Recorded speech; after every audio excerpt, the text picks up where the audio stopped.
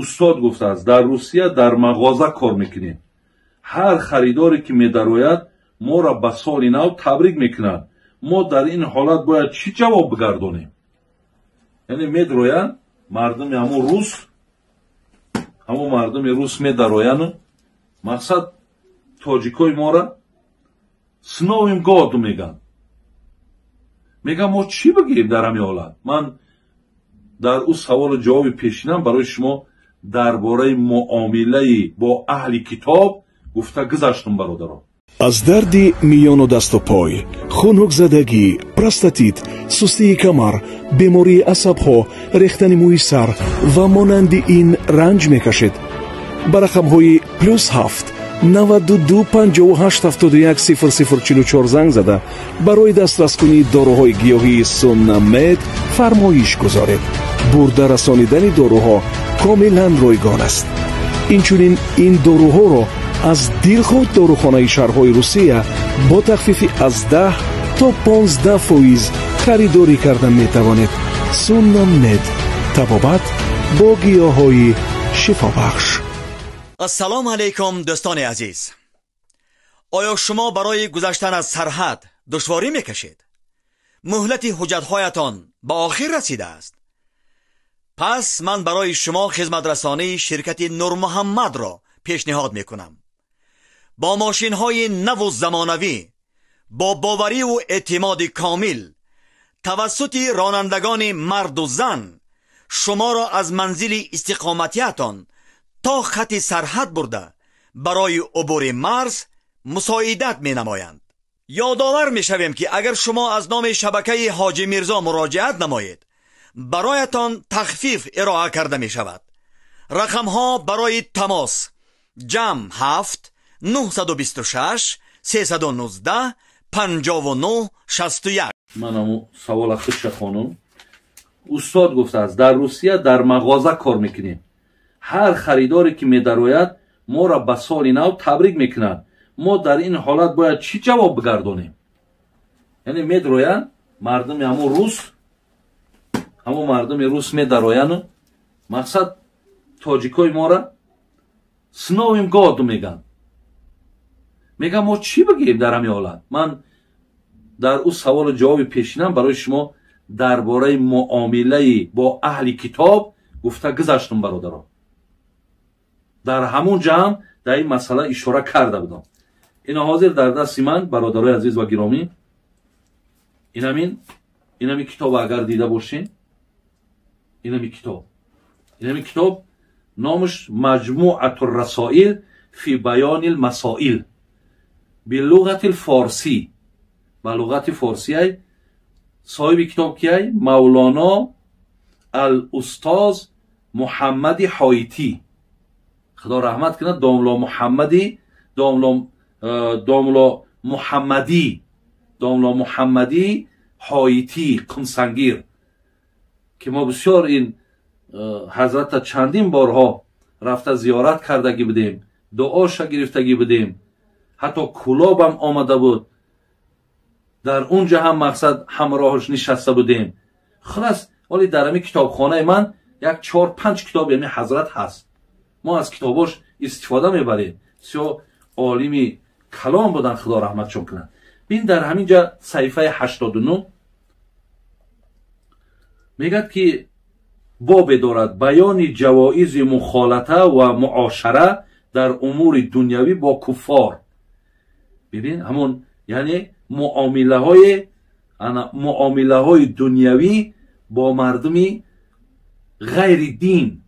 اینجا 2-3 صفحه برادر عزیز برای ما نویسنده دادن. من بعضی جاهاشو میخونم. از جمله جواز مخالطه و معاشره این مسلمانان با کفار مانند جامعه و دولتی که شامل است بر مسلمانان و کفار و قانونش غیر اسلامی است، پس بر مسلمان واجب است که مراعات آن قانون در امور دنیوی نه در امور دینی در حالت اختیار اما در حالت اضطراری و مجبوری جایز است.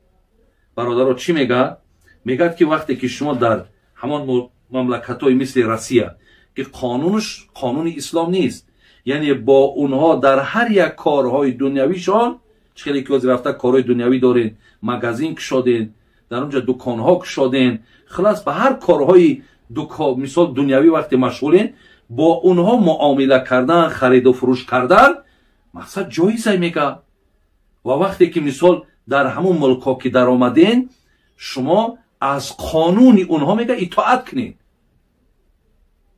ولی بعضی برادرای ما میگن نه ما آخر نمیگوی یا اطاعت نمیکنی، کجا رفتی امو رسیه؟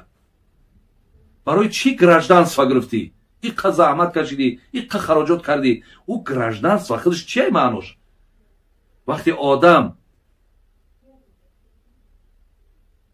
شهروند روسیه کشید و اطاعت ای قانونی او باید بکنه. واسه اگر همون یگان روس بیاد تاجیکستان شهروند تاجیکستان شود، ای قانون تاجیکستان باید اطاعت کنه.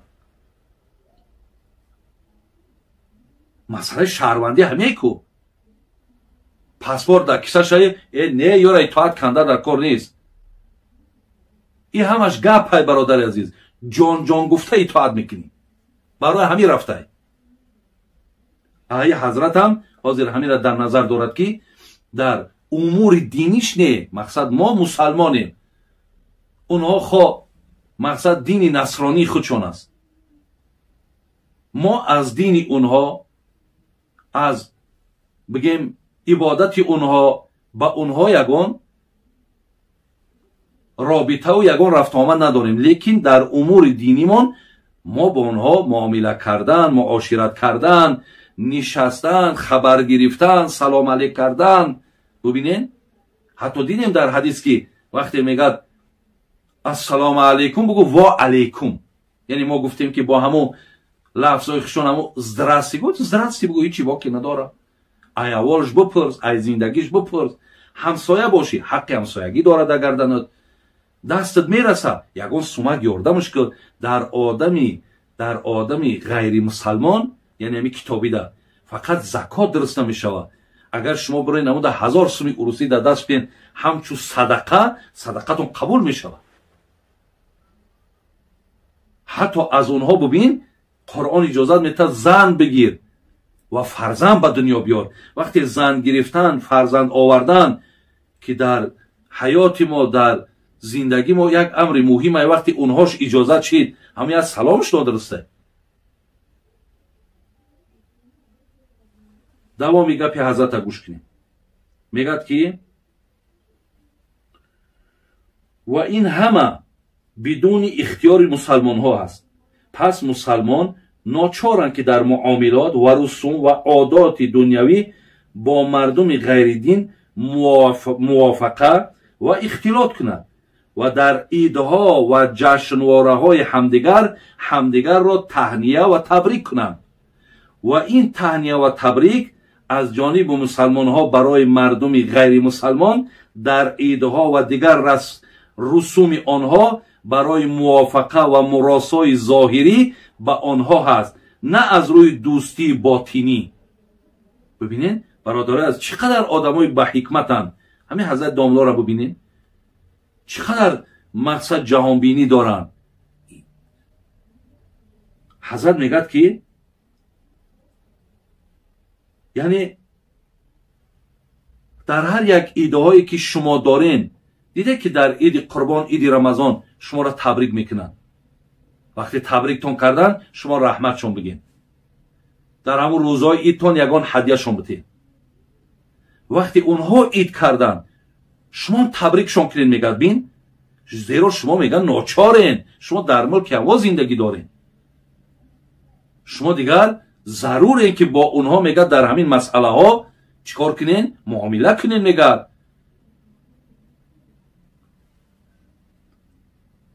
خب حتی میگد همون فتواهایی را که در عیدهای اونها اشتراک کردن، راضی بودن که به سر مسلمان گناه هست، میگه حضرت چی میگه؟ و این گفته ها میگه به زمان بزرگواران موافق بود. میگه این فتواها میگه که در کتاب ها آمده است، میگه بله در زمانهای همو بزرگهایی که همه قانون قدرت دین در دستشان بود میگه این به همو زمان یا موافق بود. و اما در این زمان مسلمان ها در همه دولت دنیا با مردم غیر مسلمان در همه معاملات اشتراک دارند و اینچنین در منزل ها و محله ها با یکدیگر مختلط زندگی میکنند، یک جایند. پس چاره ندارند که با مردم غیر مسلمان در رسم و عادتاشون یک جا نباشند. پس این یک جا بودن را رضای به کفر گفتن امر محال است. و این در این زمان میگن موافق نمی آید. یعنی برادرای عزیز و گرامی میگه از بس که امروز ما در همون محله های اونها زندگی میکنیم، در شهرهای اونها زندگی میکنیم، ما دیگر ناچار، ما ضروریم که در هر یک رسم هاشون، در هر یک ایده هاشون مقصد اونها را تبریک بگیم، تهنیه بگیم. یعنی اینها میگه دیگر جای ناگزیر است، ما دیگر نمیتونیم. ولی زمان برادرای عزیز که میگه زمانی که این فتواهایی که دادن که مقصد با اونها یک جا عید نکنین یا عید اونها را تبریک نکنین، میگه به زمان هم بزرگاهایی که خودشون در دوره اسلامی که زندگی کردن قانون قدرت در دستشون که بودن اختیار دستشون بود. امروز میگه این اختیار در دست نیست. برای همین بنابر حالتهایی را که حضرت داملا از کتابش برای ما گفت، همین حالتها امروز برای برادرای مسلمان ما هستند. شما همچو برادرها در اونجا دستنگری اونها هستین و شما یگان قدرت و قوت و توانایی ندارین. برای همین در برابر همون تبریکی که میکند شما تبریکشون کنین، چرا که اونها شما را تبریک میکنند. یعنی شما دیگر یک جا با اون مردم زندگی میکنین. خدای مهربان توفیقتون تیادو آنچه را که حضرت برای ما نقل کردن گفتن خداوند فهمش در ذهنتون جای کنه. ربنا فاغفر لنا ذنوبنا و کفر عنا سیئاتنا و توفنا مع الابرار آمین یا رب العالمین. چگونه ای که امروز بیچاره مردم مستضعف افغان در زیر ظلم این یهود گرفتار است، باید همه شما وظیفه‌دار هستین که دعا کنین که خدای مهربان این یهود از بالای قوم مسلمان دور بگرداند. اونا هیچ وقت برای نیکبختی این مردم آمدگی نیستند. اونا برای افلاس، برای پلید کردن جامعه اسلامی آمدگی هستند.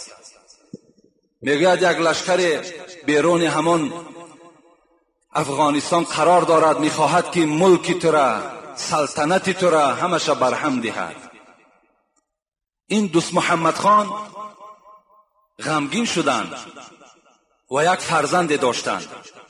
این فرزند را در حال وزیر مدافعه اعلان کرد، یعنی سردار لشکرهایی که در همون ملک خود داشت اعلانش کرد، با چند هزار لشکر سپارش داد که رفته با این لشکری که بیرون شهر قرار دارد با این جنگ کنید، بجنگید تا که اینها وارد افغانستان نشوند. این جوان، این پسر دوست محمد خان با همراهی لشکر بیرون شهر آمدند، با این لشکر بیگانه جنگ را آغاز کردند.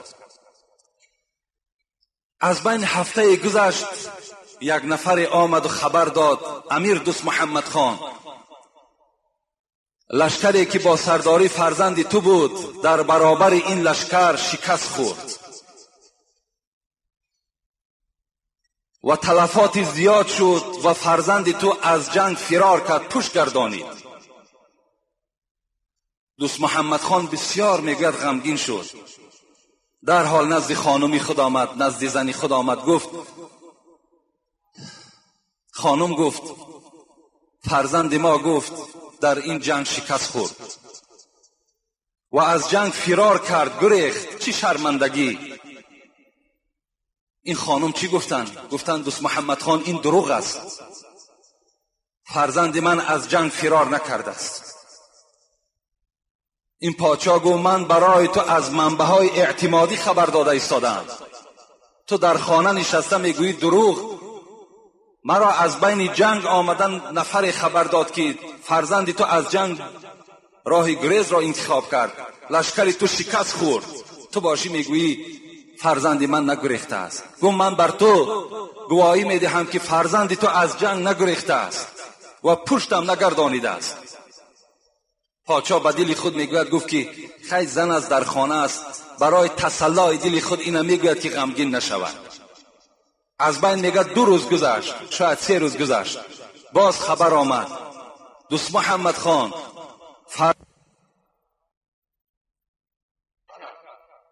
و آن لشکر بیگانه را شکست داد. الحال این زمان یا زمان دیگر نزد تو فرزند تو حاضر می شود. دوست محمد خان چی خرسندی او را فرا گرفت، دوان نزد خانم خودش آمد. گفت خانم، گفت فرزند ما در این جنگ غلبه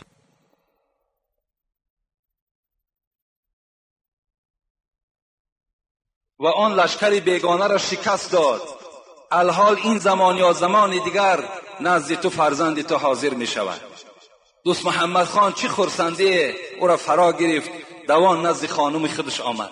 گفت خانم، گفت فرزند ما در این جنگ غلبه کرد، لشکر بیگانه را شکست داد. الحال منتظر وی هستیم، این زمان یا زمان دیگر در کاخ من، در قصر من داخل می شود. این زن خرسند شدند، مادرشان بودند و گفت من لیکن از یک سیر برای من آگاه کن. وقتی من بر تو خبر دادم که فرزند ما از جنگ گریخت، پشت گردانید، تو گفتی نه، وی گریختگی نیست، وی فرار کردگی نیست. آیا این یگان حکمت دارد؟ این زن یا برای تو گفت یگان الهام آمده است، یگان خواب دیدی؟ گفت نه، گفت الهام برای اولیاها هست، من زن پادشاه هستم، از کجا بر من الهام می آید؟ زاره کرد، تولا کرد که برای من آشکار کن، تا از کجا درک یافته که فرزند ما از جنگ نگریخته است؟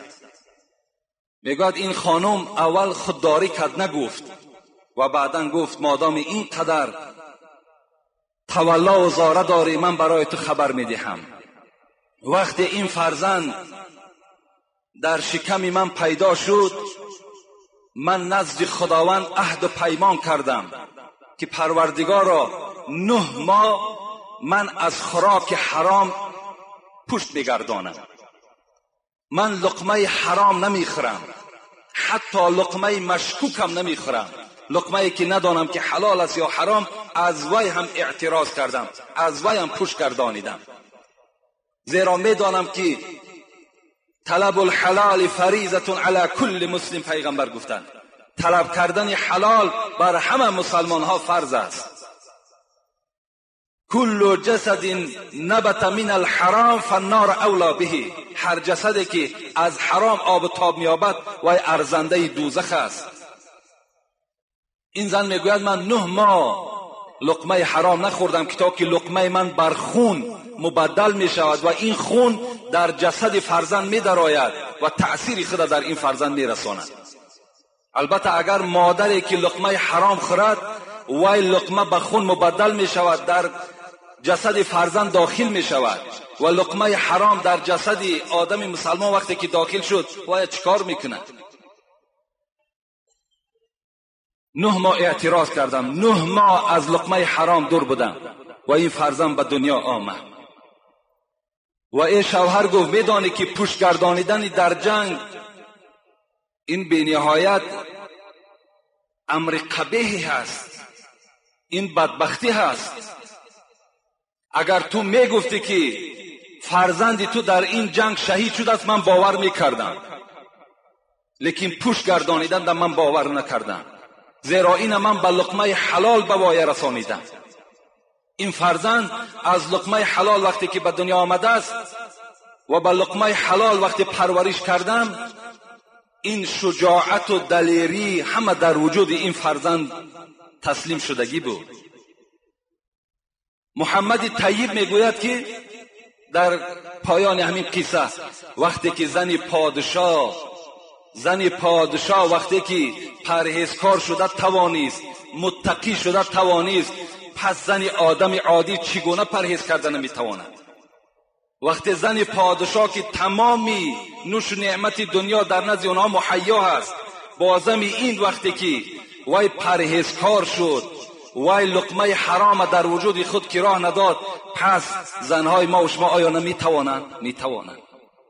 این برادری که از ما درخواست کردن اگر برای فرزند با حیا و خدا ترس اگر تو مقصد داشته باشی، یگانه میتوانی که لقمه حرام بر خانت حاضر نکن و زنی خودم تعلیم ده که از هر لقمه های حرام استفاده نکند، انشاءالله فرزند سالم و صالح در خانه تو پیدا می شود.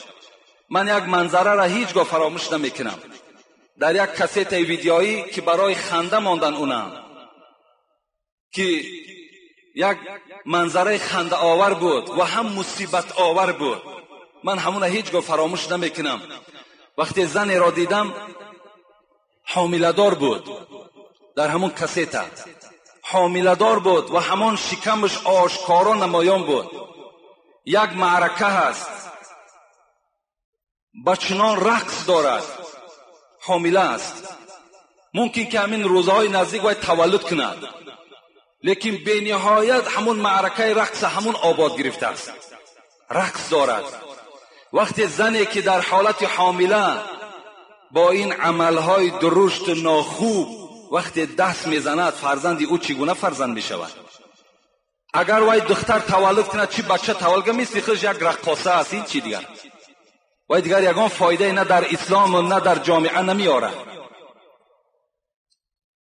اگر زنهای ما و شما در حالت همون فرزندها در شکمشان بدن، پرهیزکار باشند، با نماز باشند، خدا ترس باشند، انشاءالله از اون فرزند ما و شما در آخر یک برکت میابیم. و الا اگر بیراه باشند، غیبتگر باشند، کوچگرد باشند، از اون دیگه تو فرزند خوب طلب نکن که زن به منزله زمین است. چگونه ای که همین زراعت ما و شما در زمین میپرتاییم که زمین و یا قوت میدهد، زمین و یا میرویاند، انا زنم به منزله زمین است. السلام علیکم حضرت داملا، درباره همین مرده‌شویی هایی که در معرکه ها از کمبودی شخصان مرده شده سخن میگویند، سیری آنها را آشکار میگویند، چیزی میگفتید؟ یعنی یک برادر از ما درخواست کردند که بعضی مرده‌شویی هست که مرده را میشویند و آن کمبودی هایی که در همون مرده هست در بین مردم آشکارش میکنند که بدن وای این گونه هست، بدن وای این گونه هست. آیا پیغمبر در حق اینها چی گفته است؟ پیغمبر میگوید من غسل میتا فکتم علیه غفر الله له 40 مرة. این حدیث حاکم است. پیغمبر خدا گفتند کدام شخصی که یک برادر مؤمنش را، مسلمانش را میشود، تازه میکند و آن کمبودی هایی که در بدن او میبیند و او را میپوشاند، خداوند 40 بار گشته و برگشته این مرد شوینده را، این غسال مغفرت گناه میکند اگر سیر این برادرش پوشانده بگرداند. در دیگر حدیث میگوید که و من ستر مسلما ستره الله یوم القیامه. این حدیث متفق علیه است. کسی که عیب یک برادر، کمبودی یک برادرش ستر میکند، خداوند کمبودی های این مرد در روز قیامت میپوشاند، در بین محشرگاه شرمندش نمیکند. هست در اصل مرده‌شویی های هستند که در بین مردم تمام کمبودی هایی که اون برادر دارد و ای را خبر میدهند. اولا برادرای عزیز، ما و شما باید دائم تیار باشیم. چگونه پیغمبر میگوید استعید للموت قبل نزول الموت، پیش از آنی که مرگ بالای شما میآید شما دائم آماده مرگ باشین. یعنی دائم کاری کنید که در بدنهای شما هیچ کمبودی نباشد، تا که بعضی از این برادرای ما و شما سیری ما و شما را آشکار نکنند و ما و شما را در هم عالم ارواح هم چیکار نکنند، دقت ندهند، غم ندهند. مکن غیبت اگر عقل تمام است. سعدی میگوید این غیبت است.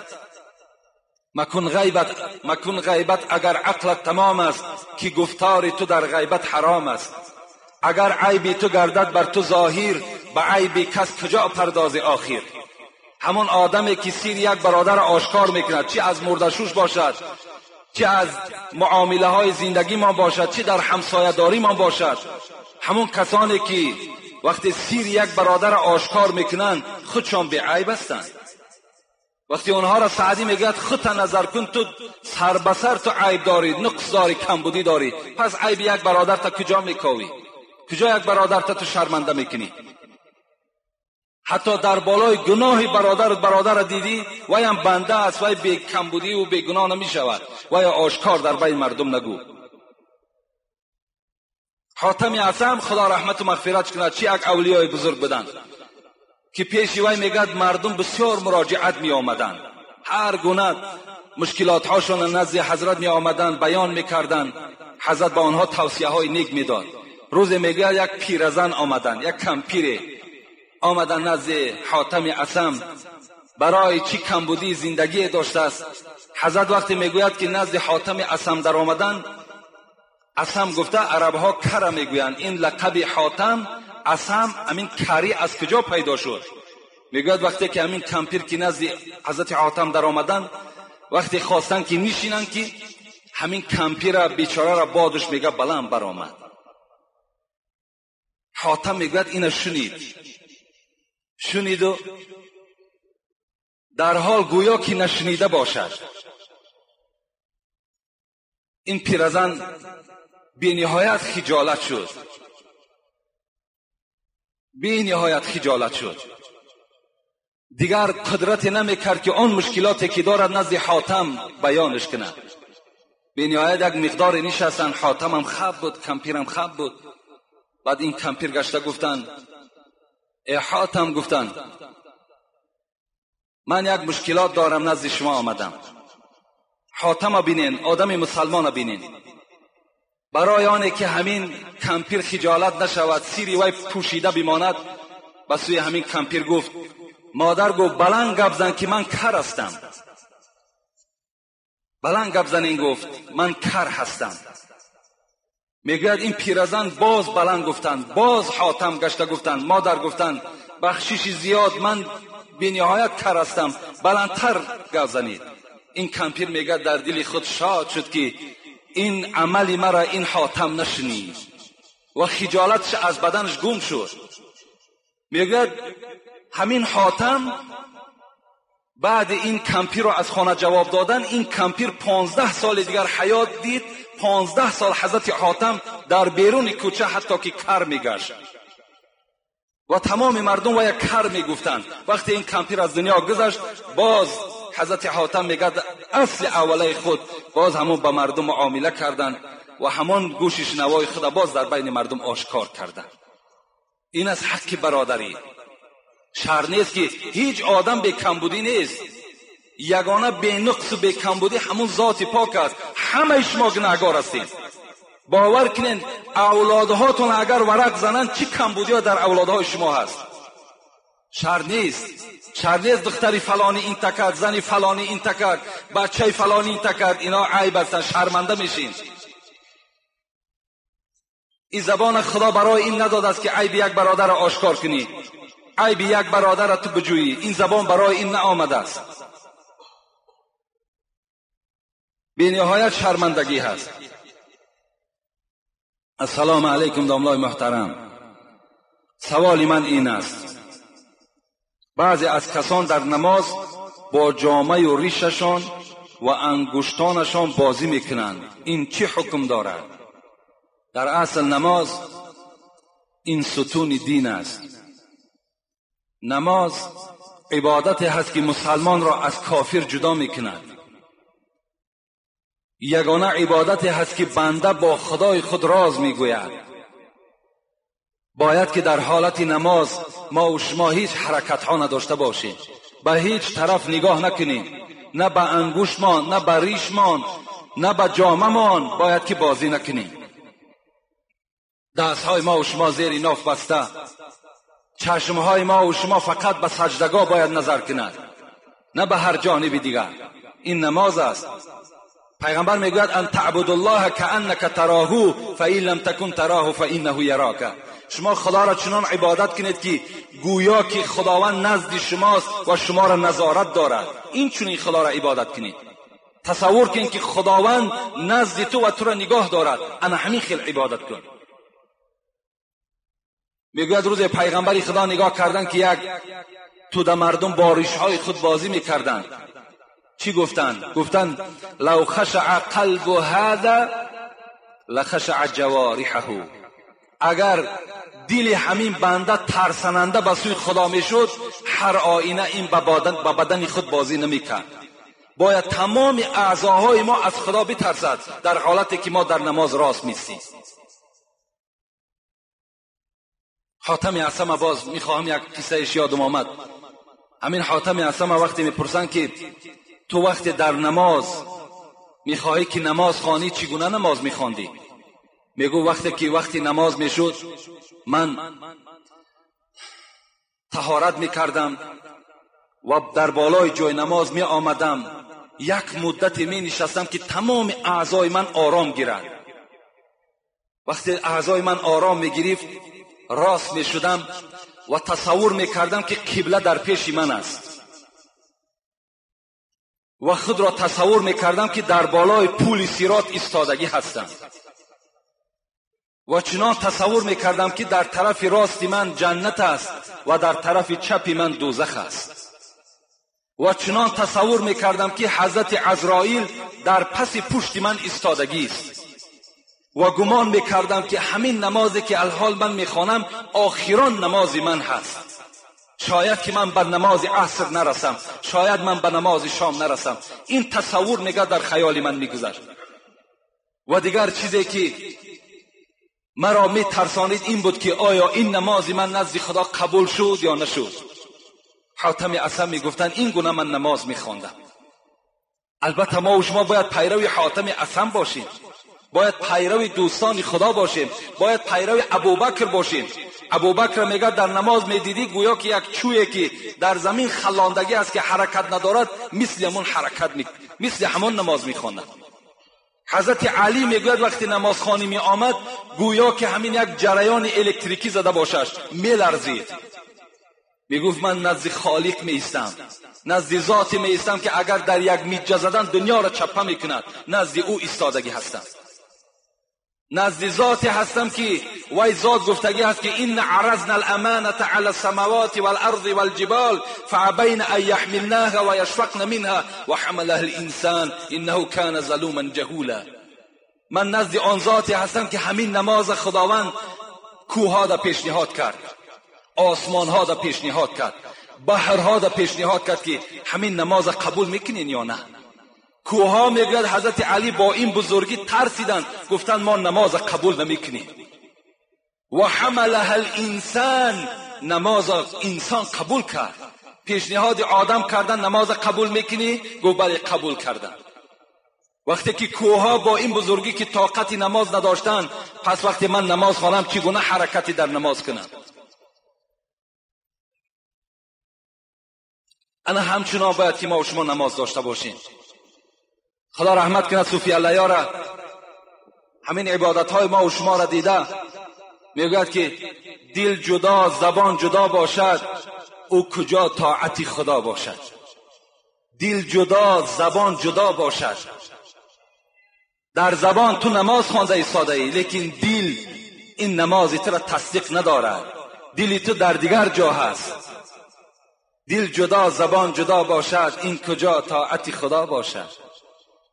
جسم در خانقاه و دل در سیر، این چنین بندگی چی خط و چی خبر. جسم در خانقاه است، جسم ما در بالای جای نماز است، لیکن دل من در سیر است، این چگونه عبادت است؟ میگوید دست در صبح زبان در یاد، این چنین بندگی. دست در صبح زبان در یاد، دل در آرزوی دنیوی فریاد. در دست ما تسبیح داریم، سبحان الله سبحان الله میگیم، لیکن دل ما فقط محبت و میلش به سوی دنیاست. میگه ظاهر خود حرقه پوشی ها، باطن خود مکر و فریبی ها.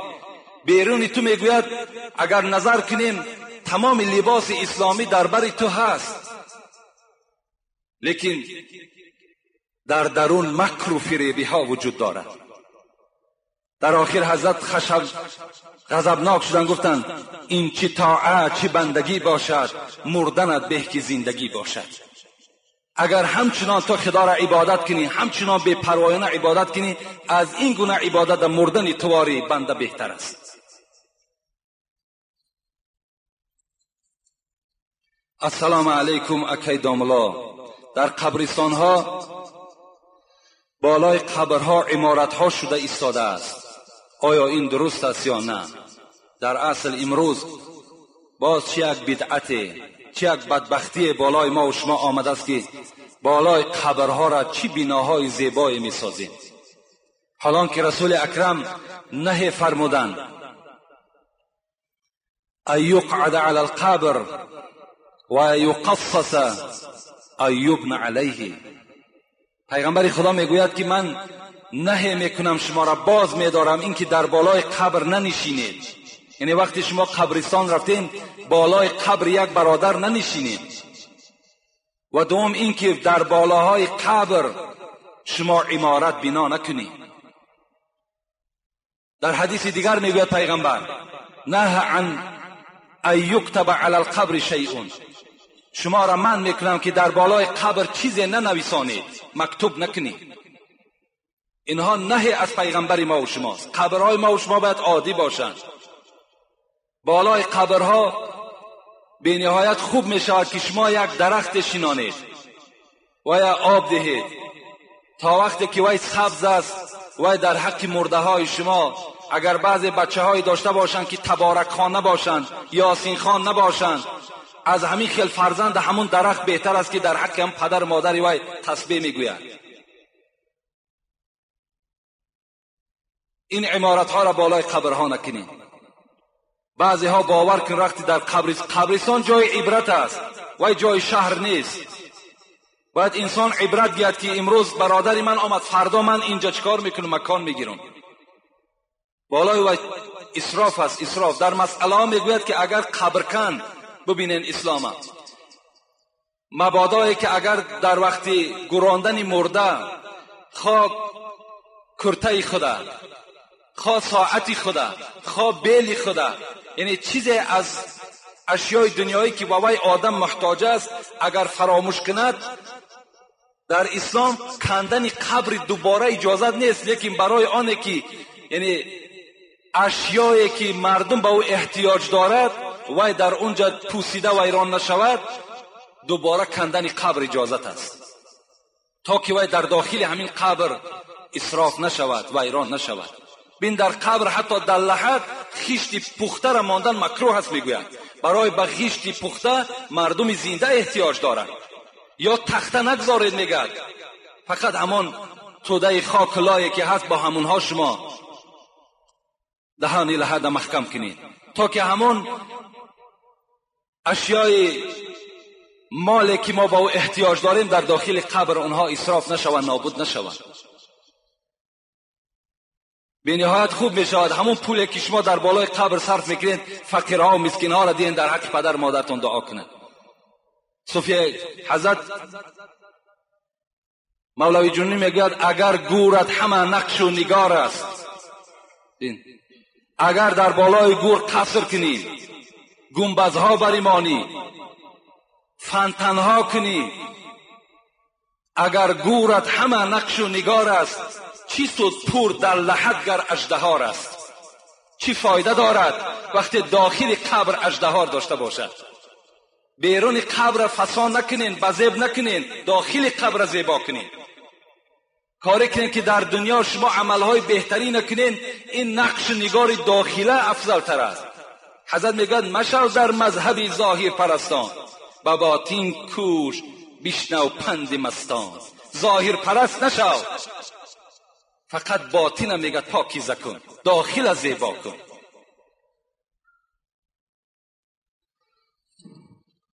سوالهای زیاد ماند، همین آخران سوال میخوانیم انشاءالله دعا میکنیم. السلام علیکم حاجی میرزا اکای داملا. یک گروه از زنان پیدا شدن که با پول در بالای مرده گریه و ماتم تشکیل میکنند. آیا این چه حکم دارد؟ در اصل من به نزدیکی در یک رایان بودم، اونجا یک دو سه زنک پیدا شده است بالای مرده ها آمدن نوحگری میکردن، بعد اونها را پول میدادن. مثال میگویند که من 20 سامانی ده مرده تو را خوب میگذرانم. میآید در بالای مرده ما و شما، بعد بینهایت نوحه خوب میکشیدن، شعرخوانی میکردند. باور کنین اینم یک مصیبت است.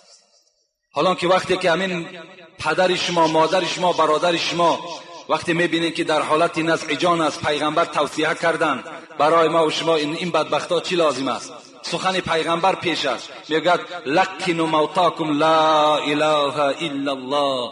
وقتی اونها را شما در حالت خیلی اضطراب میبینید، حالتی که الحال جان وی دنیا را پدرود میکند، فقط در نزد او لا اله الا الله، لا اله الا الله گویید.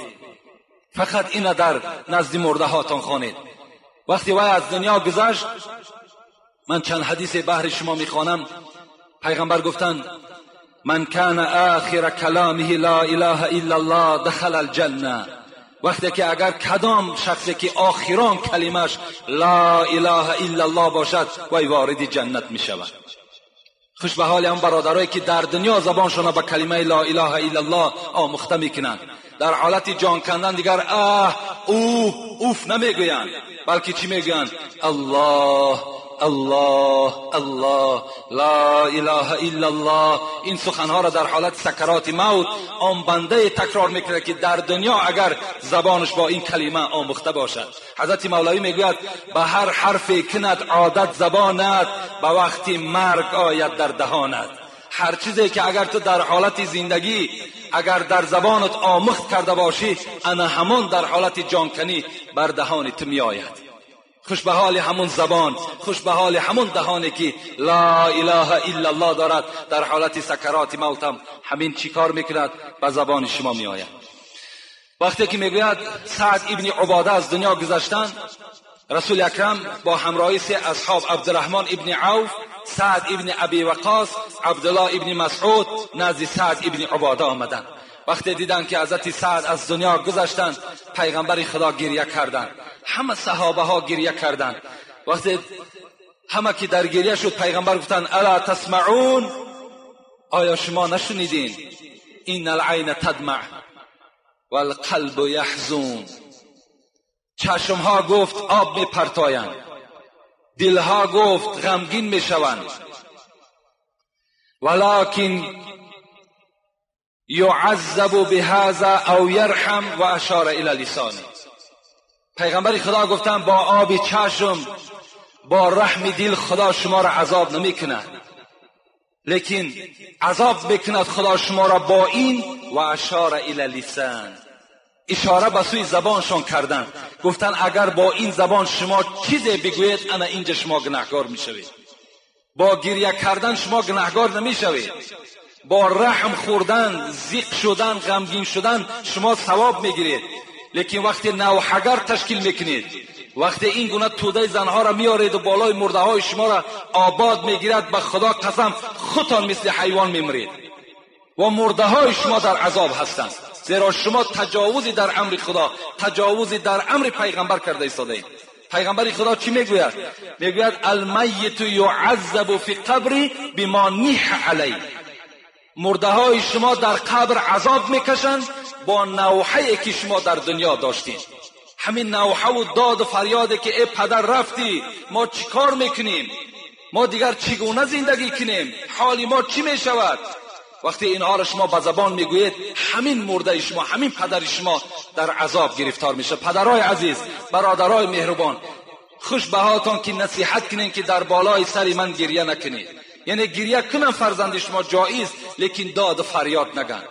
زیرا که ای فرزند من نصیحت کنید، از من دیده بهترها گذشتند، از من دیده عزیزان خدا گذشتند، من کی هستم؟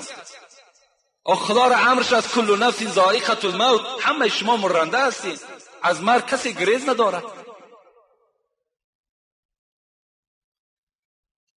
لیس منا من ضرب الخدود و شق الجیوب و دعا بالدعوى الجاهلیه. پیغمبر گفت اصلا امتی من نیست کسی که در حالت مرده چهرهش میخراشد، پیشی برش میکند و دعا بدعوى الجاهلیه، داد فریاد می‌زد مثل که پیش از اسلام برای مرده هاشون گریه میکردند. اینها گفت از من نیستند، یعنی این نوحگرها امت پیغمبر نیستند. اینها را شما در خانه راه نتین که همه شما گناهگار میشوین. و اگر این چنین زنها باشند، اگر صدای مرا شنوند، من برای اونها یک حدیث آخر تلاوت میکنم که خاص همین توده زنهاست. پیغمبر چی میگوید؟ النائحة اذا لم تتب قبل موتها تقام یوم القیامة و علیها سربال من قطران و درع من جریب.